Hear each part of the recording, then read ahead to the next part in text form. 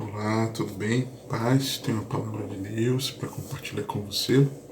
Na reflexão de 14 de novembro, cuja leitura do dia em 1 Coríntios 14 e Jeremias 4 a 7, nós vamos refletir sobre o remedinho que o povo gosta. Jeremias 6, de 8 a 19. Pegue a sua Bíblia, por favor. Diz-nos assim a santa e poderosa palavra de Deus.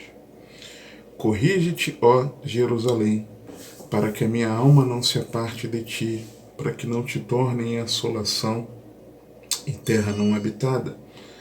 Assim diz o Senhor dos Exércitos: diligentemente respigarão os resíduos de Israel, como uma vinha. Torna a tua mão como vindimador aos cestos.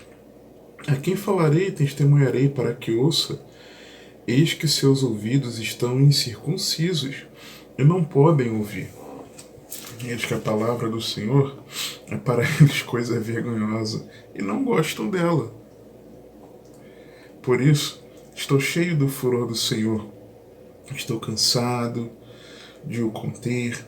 Derramá-lo-ei sobre os meninos pelas ruas e na reunião de todos os jovens, porque até o marido com a mulher serão presos, e o velho com o que está cheio de dias, e as suas casas passarão a outros, como também as suas herdades e as suas mulheres juntamente, porque estenderei a minha mão contra os habitantes desta terra, diz o Senhor, porque desde o menor deles até o maior, cada um se dá a avareza, e desde o profeta até o sacerdote, cada um usa de falsidade, e curam superficialmente a ferida da filha do meu povo, dizendo: paz, paz, quando não há paz.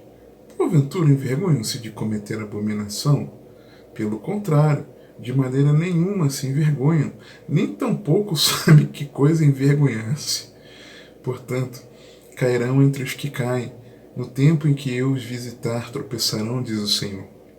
Assim diz o Senhor: ponde-vos nos caminhos e vede, perguntai pelas veredas antigas, qual é o bom caminho, e andai por ele, e achareis descanso para as vossas almas.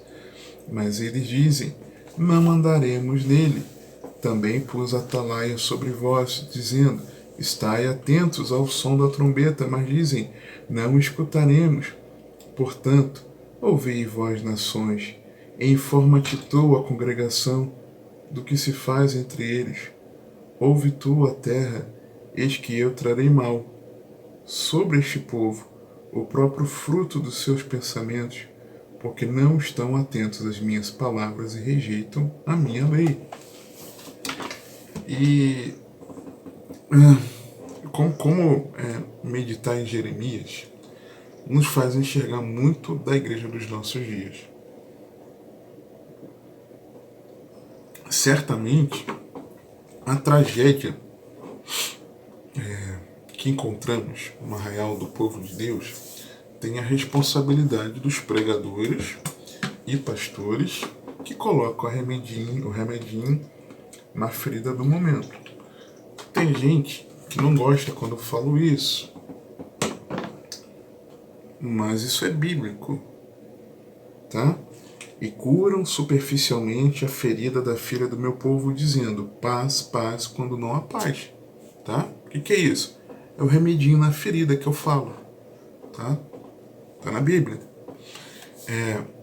E você tem falsos pregadores, pastores, que aprisionam a mente do povo por meio de mensagens, de pregações que iludem. Você tem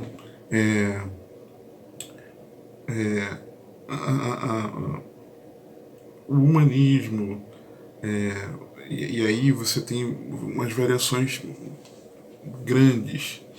Você tem aquilo que é você que mostra capacitação em você mesmo para você avançar, conquistar, destravar sua vida, de um autoconhecimento, mensagens de triunfalistas, né? Sempre tem as triunfalistas, as mensagens que se ocupam das questões meramente temporais, e não apontam, né, para o céu, não semeiam eternidade no coração dos irmãos. Você tem tudo isso sendo construído por meio de mensagens onde Jesus não é o centro. A culpa de pregar tais mensagens é de quem? É do pregador. É de quem está expondo a mensagem, tá? Mensagens que são palestras motivacionais, mensagens que são entretenimento, sabe? Tem algumas que feitas muito para o pessoal ficar rindo, né? Tem uns irmãos, né? Não sei se são, de que parece mais um stand-up comedy do que uma pregação do Evangelho. Isso é realidade, você sabe, você acompanha isso. E aí, outras mensagens fazem do Senhor, querem fazer do Senhor nosso serviçal, nosso gênio da lâmpada, nosso Papai Noel, e tantas coisas que você sabe, né? Não preciso neste momento aqui ficar enumerando elas. Mas o fato aqui é despertar a nossa mente, porque o Senhor me direcionou a compartilhar nessa reflexão, é despertar nossa mente para isso, de que falsos pregadores e pastores têm aprisionado a mente do povo por meio de pregações que iludem. Porém, contudo, todavia, mas o povo também tem a sua responsabilidade. A responsabilidade pela pregação é do mensageiro, ok? Mas o povo tem a sua responsabilidade. Por que eu digo isso? Porque a palavra de Deus diz isso e é figura do que nos acontece hoje. Só um parênteses aqui. Mas puxa, o que está no Antigo Testamento é figura para a realidade na Nova Aliança? Sim, está escrito isso na Bíblia. Tem mensagem aqui no canal Reflexão, que eu não me lembro o nome. Se eu não estiver enganado, na reflexão como está escrito, eu trato sobre isso, tá? Como está escrito. Se eu, me... eu vou até Romanos, tem razões diversas, tá? Variadas, mas uma só, Romanos, capítulo 15, versículos 3 e 4. Tá falando ali de você não agradar a você mesmo, mas você procurar agradar o próximo, e dá o exemplo de Jesus. Porque também Cristo não agradou a si mesmo, mas como está escrito: sobre mim caíram as injúrias dos que te injuriavam, uma profecia messiânica.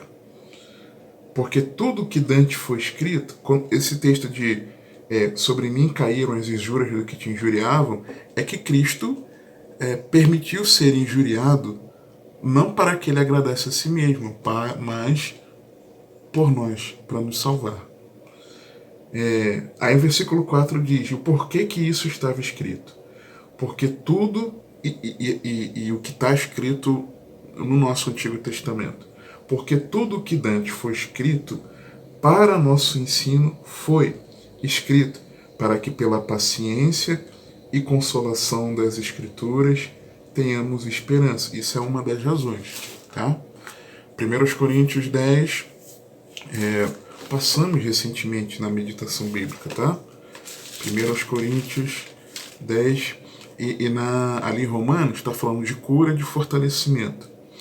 1 Coríntios 10, ele diz assim, versículo 11, por exemplo. E se eu não me engano, também trouxe uma reflexão com base nesse versículo 11 aqui, no primeiro semestre. Ora, todas estas coisas lhes sobrevieram como figuras e estão escritas para aviso nosso, para quem já são chegados os fins dos séculos. Então, também é para o nosso alerta, tá? Então, vamos parar de mimimi. Ok? Fecha parênteses. Então, o povo também tem responsabilidade. Por quê? O povo aceita ser enganado. Miqueias 2:11. Se houver alguém que andando com o espírito de falsidade mentir, dizendo: eu te profetizarei sobre o vinho e a bebida forte, será esse tal o profeta deste povo. O que é o profetizar sobre o vinho e a bebida forte? Bêbado, chapado, alterado, entorpecido. Profetizou bêbado, está entorpecido. Alguém diz: eu vou te profetizar bêbado, entorpecido, fora de mim, fora de controle. Eu vou te profetizar. Tudo bem? Não, pô, legal. Esse será o profeta do povo. É o que o povo aceita. Eu vou te trazer uma mensagem, mas é o que eu acho. É fruto do meu entorpecimento. É fruto da minha bebedice.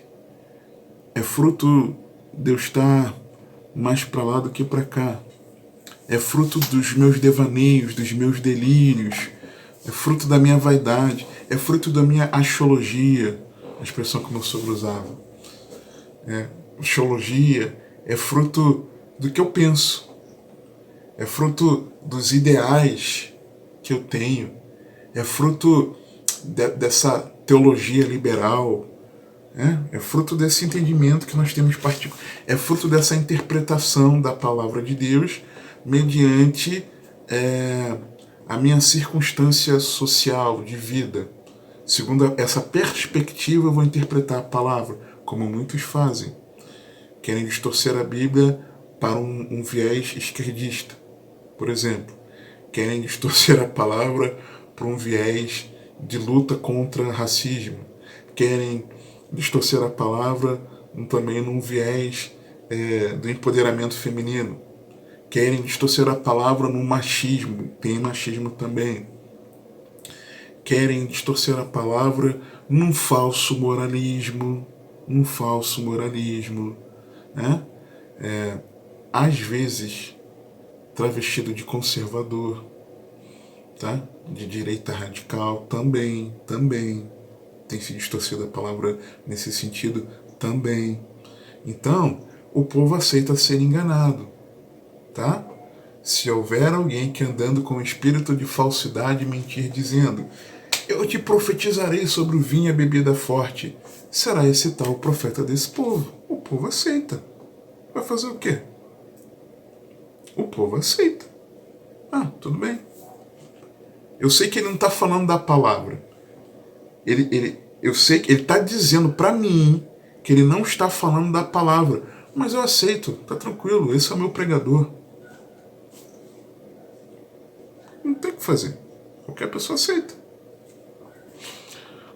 O povo também tem responsabilidade porque pede para ser enganado. Pede, tá? Isaías 38:11. Vai, pois, agora...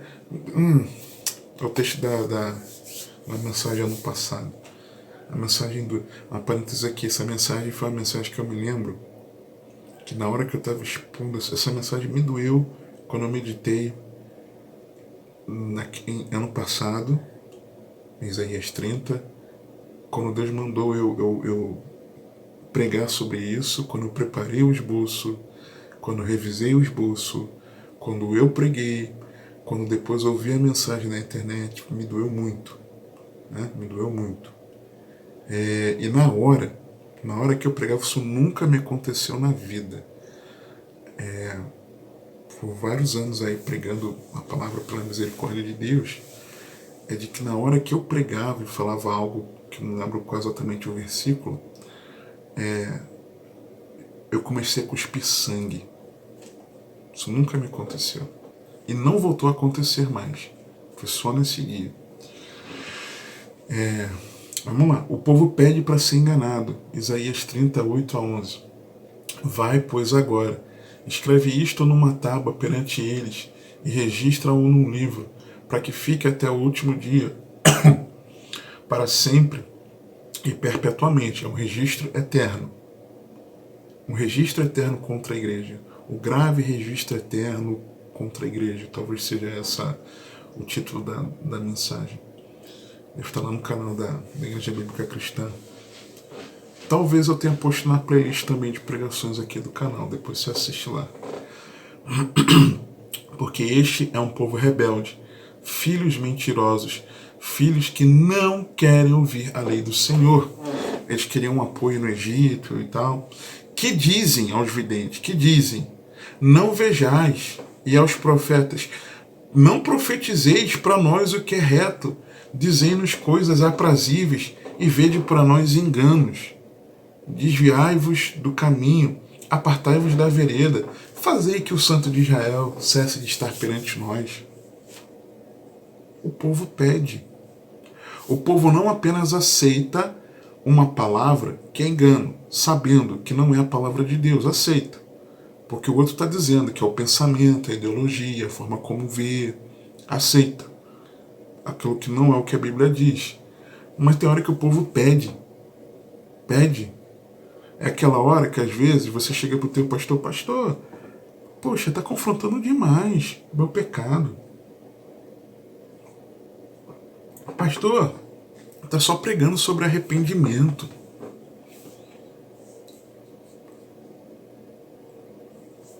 A igreja mudou, está só pregando arrependimento. Dá para pregar outra mensagem, não?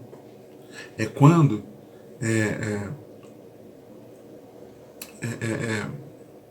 deixa pra lá. Vou falar uma coisa aqui que eu me lembrei, mas não convém. É quando nós fazemos de tudo para pedindo para ouvirmos outro tipo de mensagem. É você pedir ao pregador, ao pastor, a igreja pressionar aquelas pessoas que talvez tenham igreja em que é sabido, em que as pessoas têm um valor alto de contribuição, seja ela o nome que for, sabe, porque a pessoa às vezes escreve o nome, ou faz transferência para a conta da igreja, né, aquela família. Às vezes uma família que tem, às vezes a família que é dona do local de culto, onde a igreja se reúne, tá? Os locais públicos. Às vezes uma família fundadora, tá desde o início, a família pressiona os irmãos, esses irmãos pressionam o pregador, o pastor, para que pregue aquilo que eles queiram ouvir. O povo pede para ser enganado. O povo pede. E mais do que o povo aceitar, pedir. O povo gosta de ser enganado. Jeremias 5, 30 e 31. Coisa espantosa e horrenda se anda fazendo na terra. Os profetas profetizam falsamente, e os sacerdotes dominam pelas mãos deles. E o meu povo assim o deseja. Mas que fareis ao fim disto? Você está entendendo? O povo gosta. Em sua maioria, é inegável que essa cura superficial, ela se trata do remedinho que o povo gosta. Olhando aqui para o contexto, no capítulo 5, versos 1 e 2, a partir do 5, o juízo de Deus sobre Jerusalém, tá? E aí diz o seguinte, 1 e 2, olha que interessante. Dai voltas às ruas de Jerusalém, vede agora, informai-vos e buscai pelas suas praças, a ver se achais alguém, ou se há homem que pratique a justiça ou busca a verdade, e eu lhe perdoarei. Deus é misericordioso. E ainda que digam, vive o Senhor, de certo falsamente juram. O que o texto está dizendo? Deus está dizendo por meio do profeta. De que, dá uma volta em Jerusalém e vê se você vai encontrar alguém que pratique a justiça, busque a verdade e eu vou perdoar. Vê se tem alguém lá quebrantado, arrependido, contrito, eu vou perdoar, tá bom? Ó, e se disserem, vive o Senhor, fique esperto, hein? Porque estão de falsidade. Mesmo que digam, glória a Deus, louvado seja o Senhor Jesus, glória a Jesus, aleluia, louvado seja o Senhor. Ainda que digam isso, fique esperto, porque ainda que digam a Deus toda a glória, fique esperto. Nem sempre estão dizendo isso, é porque o coração está quebrantado. O que Deus está falando aqui? De falsos servos de Deus, de falsos crentes. Falsos crentes. Está ali no meio dos irmãos para passar tá num clube social, clube de interação, sabe? Existem vários clubes, né? Tem o clube lá do escoteirismo, que hoje em dia, né? Dizem que está muito voltado para... muito influenciado por maçonaria, mas dizem que anos atrás não era assim. Você tem o clube do livro, você tem o clube... o pessoal da turma do futebol, tem a turma da confraria, tem a galera do bar, né? Tem a turma da escola, a rapaziada da escola, tem a galera do condomínio, da rua, da vizinhança, né? Os colegas de trabalho, daquela hora do happy hour, né?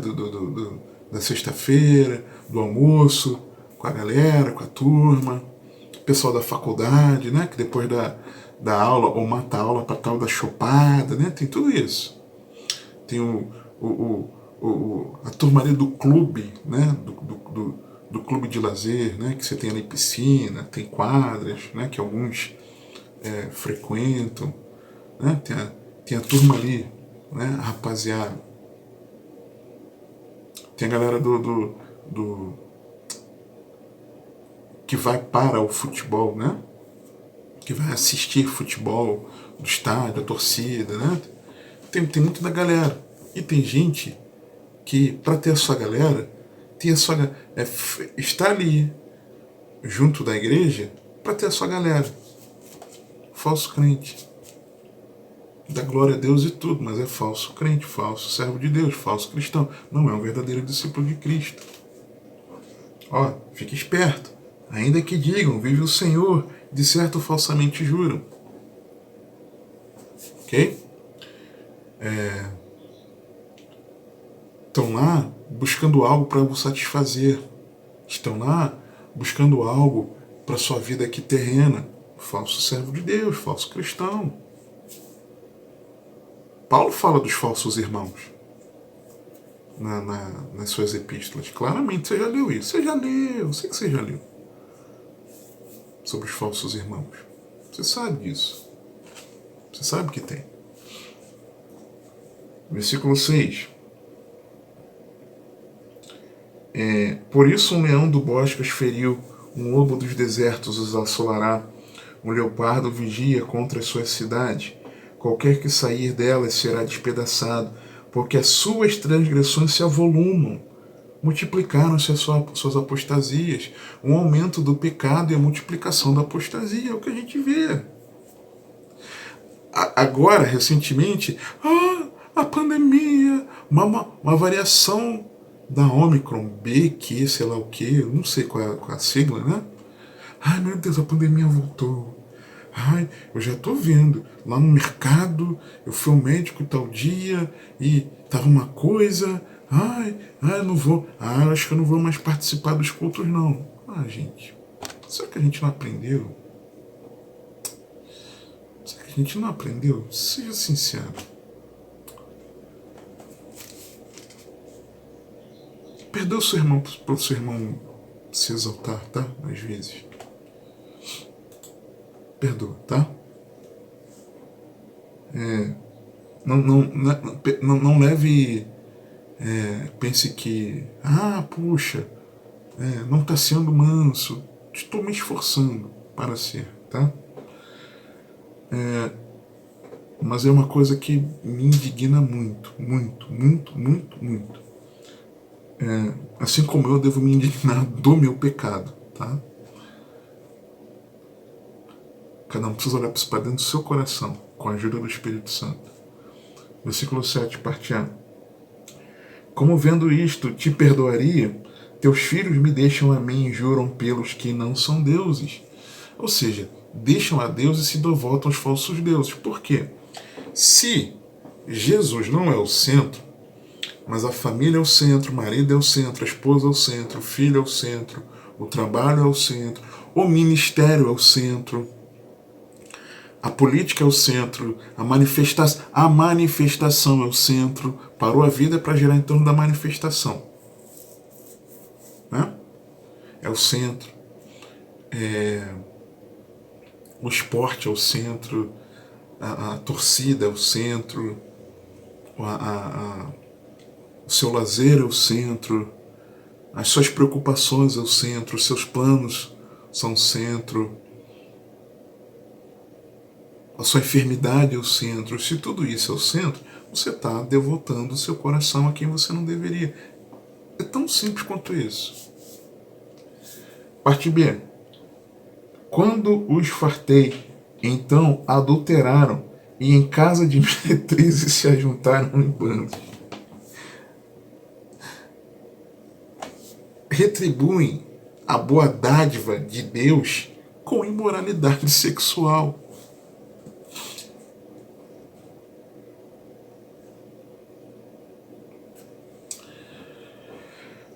Diz o 8. Como cavalos bem fartos, levantam-se pela manhã, rinchando cada um a mulher do seu próximo.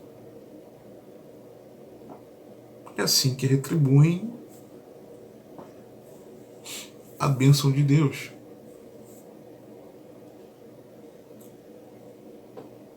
Versículo 9. Deixaria eu de castigar por estas coisas, diz o Senhor, ou não se vingaria minha alma de uma nação como esta? A mesma coisa ele fala no 29. Porventura não castigarei eu por causa destas coisas, diz o Senhor, não me vingaria eu de uma nação como esta? Nação como esta?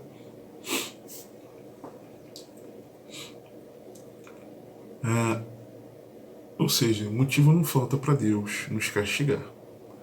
Versos 10 e 11. Subi aos seus muros e destruí-os, porém não façais uma destruição final. Tirai os seus ramos, porque não são do Senhor, porque alevosissimamente se houveram contra mim a casa de Israel e a casa de Judá, diz o Senhor. Ou seja, Deus está atento ao remanescente fiel, por isso ele diz para não fazer uma destruição final, ok? Mas precisa fazer uma limpeza na sua lavoura. Tirai os seus ramos, porque não são do Senhor. Então, sim. E tirai os seus ramos, te lembra de alguma coisa? Eu sou a videira verdadeira, o meu pai é o lavrador, o agricultor, vós sois os ramos. Todo ramo que dá fruto, esse o pai o limpa para que dê mais fruto. E esse fruto, para mim, inicial, é o fruto da fé que leva ao arrependimento. Então, se não houver arrependimento, Deus vai cortar. Né? Então, Deus está atento ao remanescente. Tem os fiéis? Claro que tem. Claro que tem. Tem muitos servos de Deus ainda. Muitos, porque não é só um, ou são dois ou três. Tem uma quantidade. Mas no universo dos que se dizem de Deus, é a minoria. A Bíblia diz isso. E a prática nos mostra isso. É duro de falar, mas é verdade. Tá? Verso 12. Não reconhece a correção do Senhor. Negaram ao Senhor e disseram, não é Ele, nem mal nos sobrevirá, nem veremos espada, nem fome. Não, que é isso? Não é Deus que está nos corrigindo, não. Para, rapaz. Você acha que Deus está nos alertando? Você acha que quando vem uma palavra que confronta, é Deus que está falando? Não, para. Não é assim, não. O pastor está nervoso. Já ouvi isso. Já ouvi também assim, o martelinho tá afiado.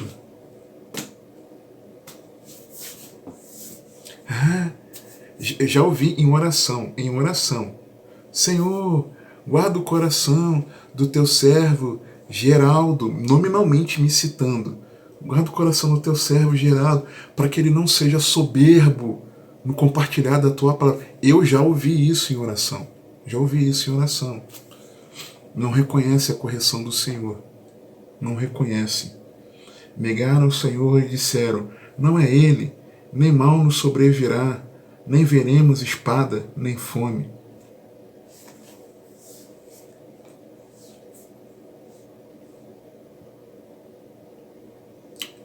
Não reconhece a correção do Senhor. Verso 13. E até os profetas serão como vento, porque a palavra não está com eles, assim se lhes sucederá. Falta a palavra de Deus na boca dos falsos profetas. É simples assim. Versos 26 a 28. Crentes que são ímpios, pecando mais gravemente que os malignos. Olha isso. Porque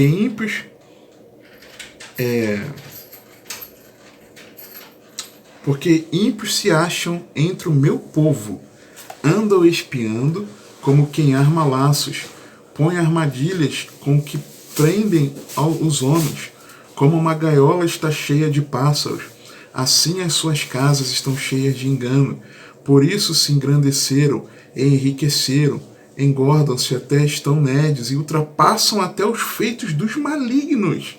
Não julgam a causa do órfão, todavia prosperam, nem julgam o direito dos necessitados, piores do que os incrédulos. Existem crentes, porque dizem ter fé, por isso crente, que não são verdadeiros servos de Deus, mas que são piores do que os ímpios. São piores. Lembra lá de 1 Timóteo 5,8? Porque aquele que não cuida da família, especialmente da sua casa, tem negado a fé e é pior do que o incrédulo, pior do que o infiel. Sim. Tá? É triste, mas é verdade. 1 Coríntios, falando de 1 Coríntios, que nós estamos, hoje, no dia que eu gravo, nós estamos entrando em 2 Coríntios, tá? Mas semana passada, alguns dias já, no capítulo 5, quando Paulo ele vai falar do pecado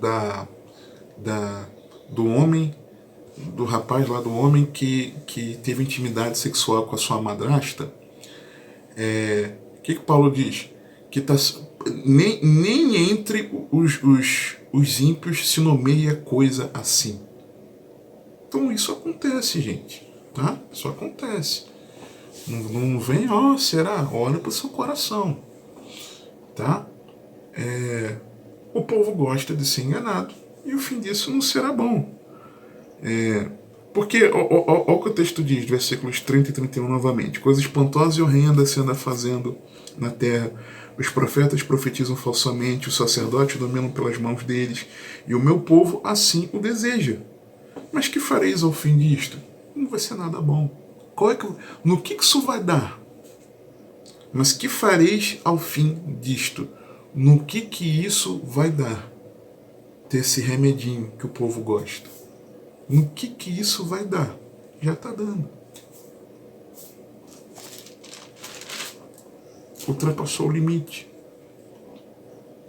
Capítulo 6, versos 10 e 15.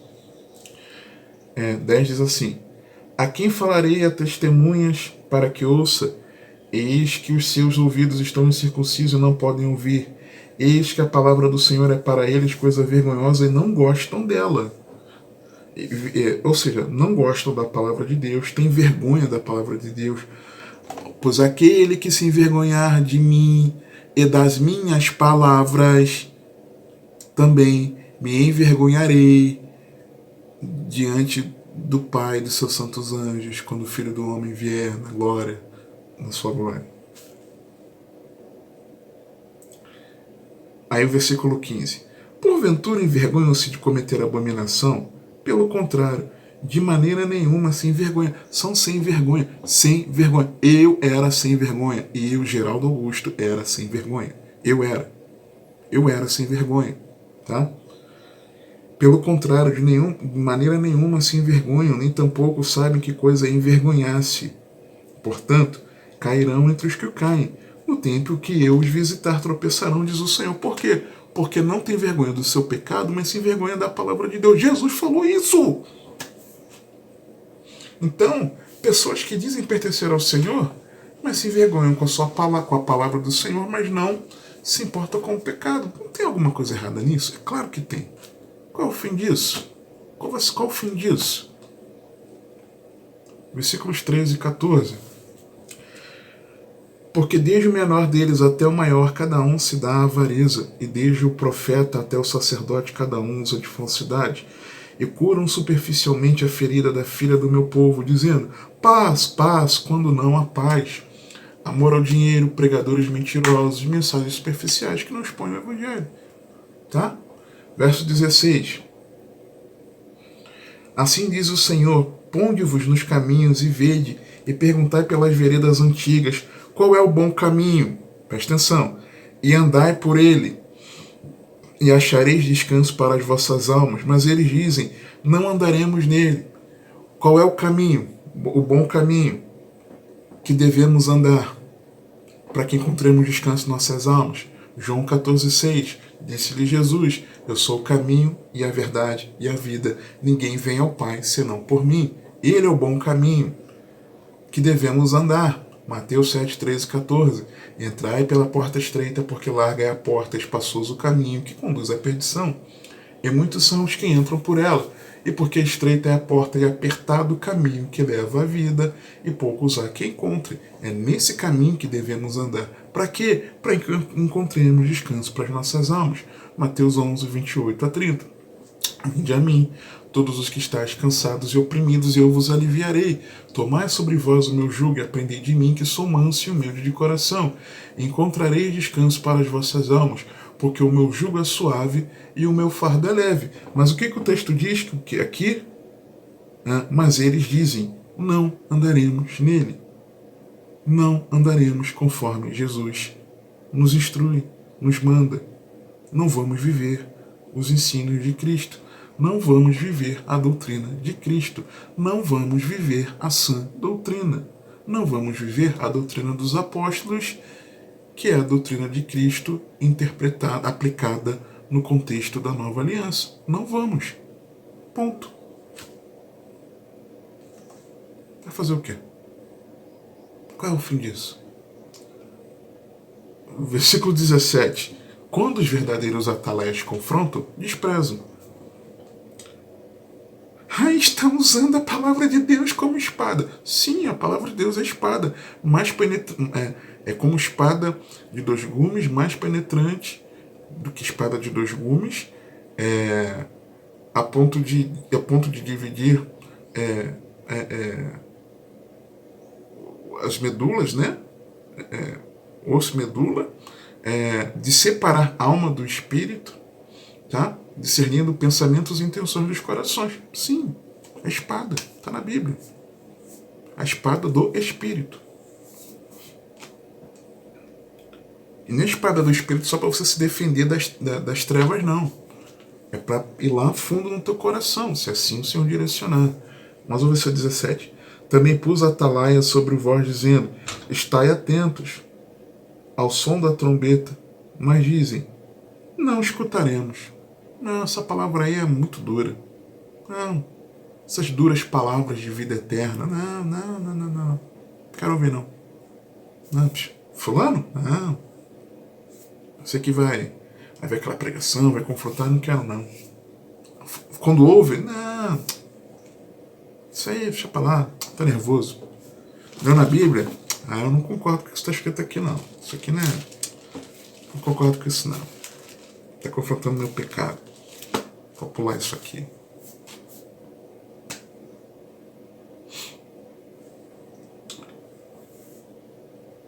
Portanto, ouvi vós, nações, e informa-te tua congregação do que se faz entre eles. Deus Deus está fazendo com que aconteça, o que está acontecendo com o povo de Deus, esteja diante dos outros povos. Deus está permitindo que a vergonha do povo de Deus esteja exposta ao mundo. O mundo olha para nós e vê o que está acontecendo. Por quê? Porque Deus está fazendo isso. Versículo 19. Vem o castigo, porque merecem por rejeitar a palavra de Deus. Ouve tu, ó terra, eis que eu trarei mal sobre este povo, o próprio fruto dos seus pensamentos. Não tem o que fazer. É o que eles querem. Porque não estão atentos às minhas palavras e rejeitam a minha lei. Ponto. E ponto. Aí, no capítulo 7, vem algo interessante. Porque vem as promessas e ameaças proferidas contra Judá. E Judá, com a capital Israel, capital Jerusalém, onde estava o templo. Presta atenção. A palavra que da parte do Senhor veio a Jeremias dizendo: põe-te à porta da casa do Senhor e proclama ali esta palavra e dize, diante do templo, tá? Ouvi a palavra do Senhor, todos de Judá, os que entrais por estas portas, para adorardes ao Senhor. Assim diz o Senhor dos exércitos, o Deus de Israel: melhorai os vossos caminhos, as vossas obras, e vos farei habitar neste lugar. Não vos fieis em palavras falsas, dizendo: templo do Senhor, templo do Senhor, templo do Senhor é este. Oh, quão é bom, quão suave é que os irmãos vivam em união. Que maravilha, como é bom poder vir para o local de culto, me reunir com os irmãos e louvar a Deus. Ai, que bênção que eu vim para o culto. Que bênção que eu estou participando do encontro no lar. Que bênção que eu estou me reunindo aqui com os meus irmãos. Que bênção participar dessa reunião de oração. Que bênção participar disso, desse estudo bíblico, da escola bíblica. Que bênção estar junto aqui. Que, templo do Senhor, que maravilha, que alegria, estão entrando. Alegrei-me quando me disseram, vamos à casa do Senhor. Que maravilha. Ouvi a palavra do Senhor, todos de Judá, os que entrais por estas portas, para adorardes ao Senhor. Assim diz o Senhor dos exércitos, Deus de Israel: melhorai os vossos caminhos e as vossas obras.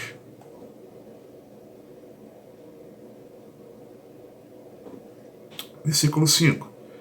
Mas se deveras melhorardes os vossos caminhos, as vossas obras, se deveras praticardes o juízo entre o homem e o seu próximo, se não oprimirdes o estrangeiro e o órfão e a viúva, nem derramardes sangue inocente neste lugar, nem andardes após outros deuses para o vosso próprio mal, eu vos farei habitar neste lugar, na terra que dei a vossos pais, desde os tempos antigos e para sempre. Eis que vós confiais em palavras falsas, que para nada vos aproveitam. Lembra? Aceitam o engano, pedem o engano e gostam do engano. Tá? No que isso aqui vai dar? Nós vamos ver no que isso aqui vai dar. Sabe? Nós vamos ver no que isso aqui vai dar. A partir do versículo 9.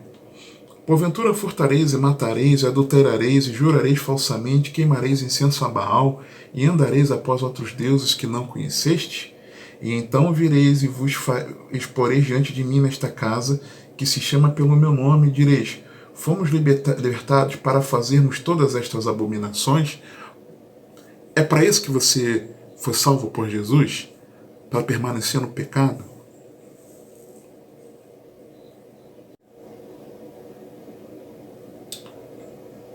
Versículo 11. É, pois, esta casa que se chama pelo meu nome uma caverna de salteadores aos vossos olhos? Eis que eu mesmo vi isto, diz o Senhor. O Espírito Santo falando com Isaías de Jesus. O próprio Senhor viu isso. Lembra? Mateus 21, 12 a 13. Isso aqui é uma profecia de Jesus vendo o desvio de propósito da casa do Senhor. Ele mesmo viu no templo em Jerusalém e tem visto isso na igreja nos dias de hoje. Tem visto o quê? As falsas palavras. Um povo que vai para adorar a Deus, mas vai furtando, matando. Literalmente, você vê aí as notícias. Adulterando, jurando falsamente, queimando incenso a Baal, andando após outros deuses que não conheceste, que não conhecem, sabe? Literalmente, tá? Pois, esta casa que se chama pelo meu nome, uma caverna de salteadores aos vossos olhos? Eis que eu mesmo vi isto, diz o Senhor. Mateus 21, 12 e 13. E entrou Jesus no templo de Deus, e expulsou todos os que vendiam e compravam no templo, e derribou as mesas dos cambistas e as cadeiras dos que vendiam pombas, e disse-lhes: está escrito o quê? Jeremias 7, 11. A minha casa será chamada casa de oração. É uma mistura com outro texto, né? Aí a parte B, mas vós a tendes convertido em covil de ladrões. Deus usou aqui, Jesus usou dois versículos, tá? Um falando que será chamada casa de oração, e a parte B, mas vós a tendes convertido em covil de ladrões. É isso aqui, ó. Jeremias 7,11. Jesus está vendo. Jesus está vendo. Não se engane. Versículo 16. Vamos adiante, né? Mas ide agora ao meu lugar que estava em Siló, onde ao princípio fiz habitar o meu nome, e vede o que ele fiz por causa da maldade do meu povo Israel. Onde o tabernáculo ficou depois que o povo entrou na terra prometida, tá? Agora, pois, porquanto fazeis todas estas obras, diz o Senhor, e eu vos falei, madrugando e falando, e não vistes, e chamei-vos e não respondestes. Deus está sempre chamando. Cada conselho, cada conversa, cada pregação, cada meditação bíblica sua, pessoal, no seu devocional, é o Senhor te chamando. É o Senhor chamando o seu povo. Volta, igreja. Volta, igreja. Farei também a esta casa que se chama pelo meu nome, na qual confiais. Ou seja, a confiança não está no Senhor, não está em Cristo. A confiança, ela está na tua religiosidade, no ministério onde você congrega, na estrutura da sua igreja local, na liturgia, nos ministérios que tem lá, né, os, entre aspas, departamentos, para que às vezes a pessoa não entende, né? Estou falando dos departamentos também. Entende só o ministério como uma igreja organizada, que também é. E a este lugar que vos dei, a vós e a vossos pais, como fiz a Siló, e lançar-vos-eis diante de minha face, como lancei a todos os vossos irmãos, a toda a geração de Efraim. Aí ele diz o seguinte, verso 16, tu, pois, não ores por este povo, nem levante por ele clamor ou oração, nem me supliques, porque eu não te ouvirei. Não adianta. Ai, vocês têm que parar de ficar confrontando quem está no erro. Nós temos que andar em unidade. Unidade em Cristo. Em Cristo. Concordo, gênero, número, não. Em Cristo, tá? Em Cristo. Em Cristo. Mas não no pecado, não na prática evangélica. Tá? Tem que orar por eles. Orar por eles. Bom, se não for orar para que eles se arrependam dos seus pecados, tu, pois, não ores por este povo, nem levantes por ele clamor ou oração, nem me supliques, porque eu não te ouvirei. Eu tenho que orar para que eles se arrependam, mas orar para que Deus livre aquele que está no erro de sofrer as consequências do seu pecado, Deus não vai ouvir, gente. Porventura, não vês tu o que andam fazendo nas cidades de Judá e nas ruas de Jerusalém? Você não está vendo o que o meu povo, o que se diz do meu nome, está fazendo na sociedade? Não adianta. Não adianta orar para que esse povo seja abençoado. Não adianta orar para que eu prospere, para que eu livre do mal.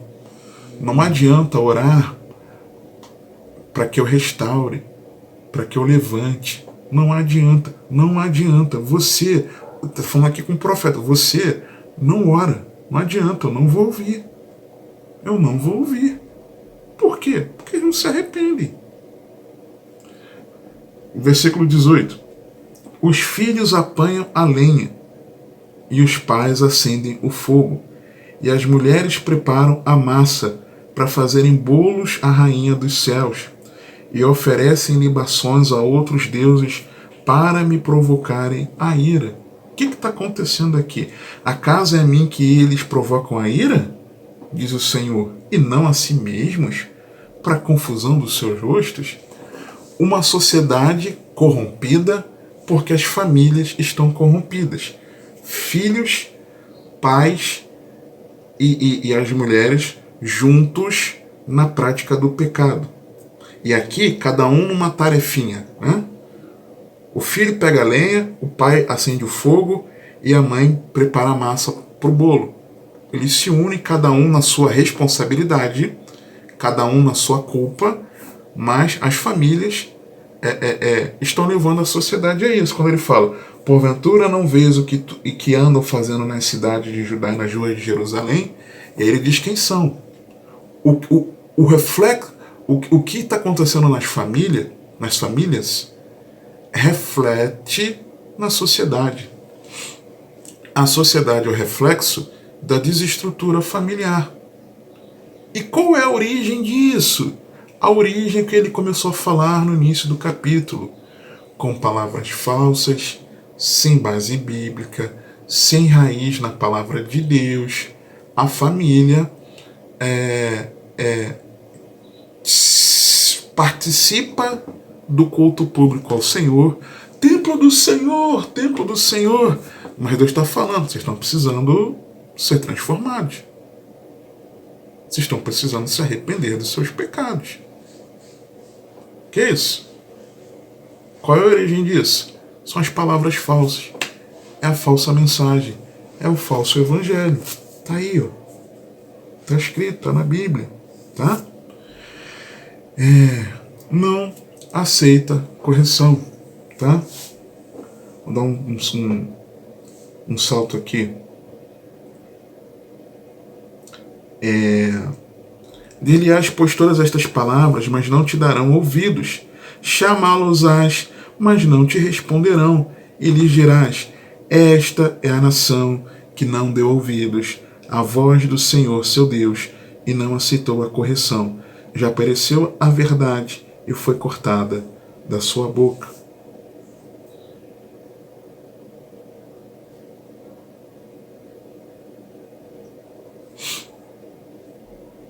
No capítulo 14, versos 13 a 16,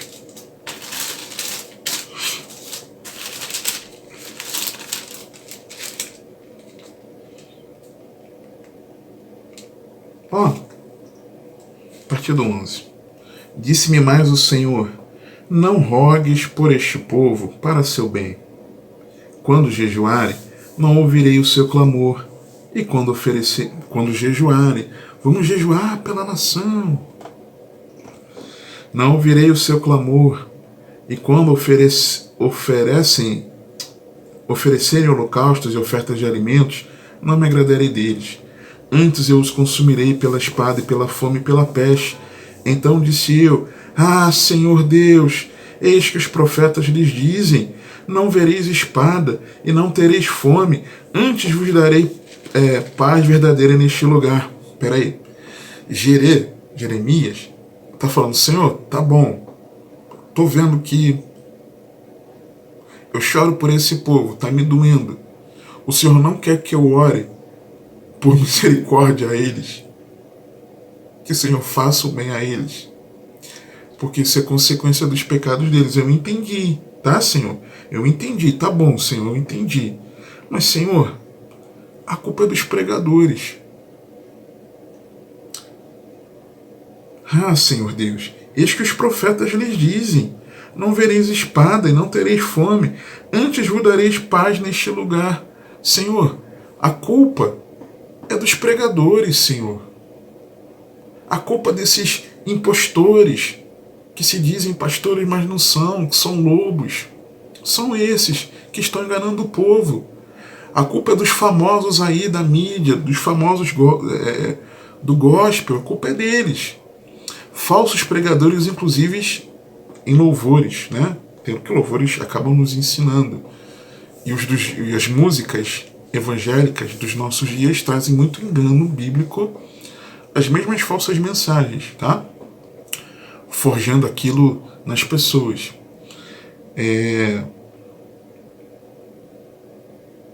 A culpa é deles, Senhor. Eles que estão falando que não vai ter consequência, que não tem que repreender. São eles que estão pregando só amor, é só vitória, só livramento, que vai viver uma virada. Né? São eles, Senhor. São os pregadores. A culpa é deles, Senhor. A culpa é deles.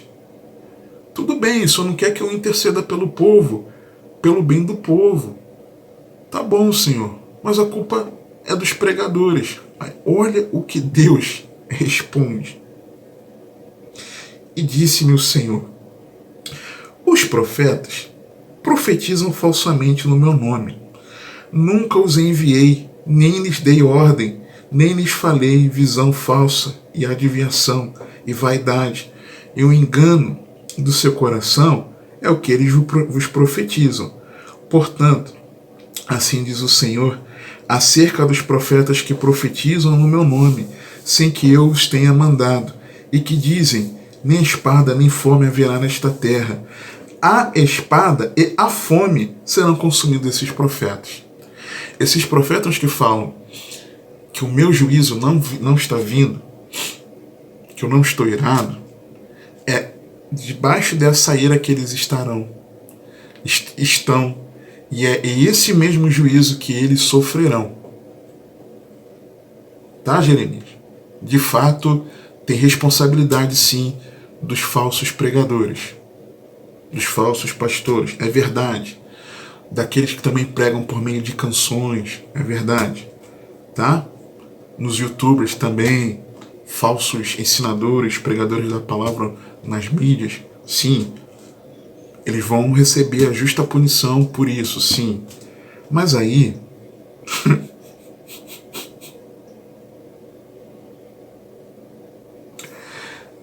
Deus continua. E o povo, a quem eles profetizam, será lançado nas ruas de Jerusalém, por causa da fome e da espada. E não haverá quem os sepulte, tanto a eles, como as suas mulheres, e os seus filhos e as suas filhas, porque derramarei sobre eles a sua maldade. E por que homens com as mulheres, os filhos e as filhas? Porque eles se juntaram para pecar, lembra? Tá lembrado? Senhor, tá bom, o Senhor não quer que eu interceda por eles? A não ser que eles se arrependam, tudo bem, Senhor, mas a culpa é dos pregadores. Jeremias, sim, os pregadores vão receber a punição, mas o povo que ouviu também vai sofrer consequência. Os que gostam do remedinho sofrerão as consequências. Eles aceitam o engano, eles pedem pelo engano, eles gostam do engano. O povo também vai sofrer. Os pregadores sofrerão. Aqueles que gostam desse remedinho também. Então, como? Como então resolver isso? Cada um de nós pregando e sendo exposto à verdade do Evangelho bíblico, custe o que custar. 2 Timóteo, capítulo 4, versos 1 a 5. 2 Timóteo 4, versos 1 a 5. Conjuro-te, pois, diante de Deus e do Senhor Jesus Cristo, que há de julgar os vivos e os mortos, na sua vinda e no seu reino, que pregues a palavra, instes a tempo e fora de tempo, redarguas, repreendas, exorte com toda longanimidade e doutrina, ensino, porque virá tempo em que não suportarão a sã doutrina, mas tendo comichão nos ouvidos, amontoarão para si doutores, mestres, conforme as suas próprias concupiscências, vão gostar do remedinho, o remedinho que o povo gosta, e desviarão os ouvidos da verdade, voltando às fábulas.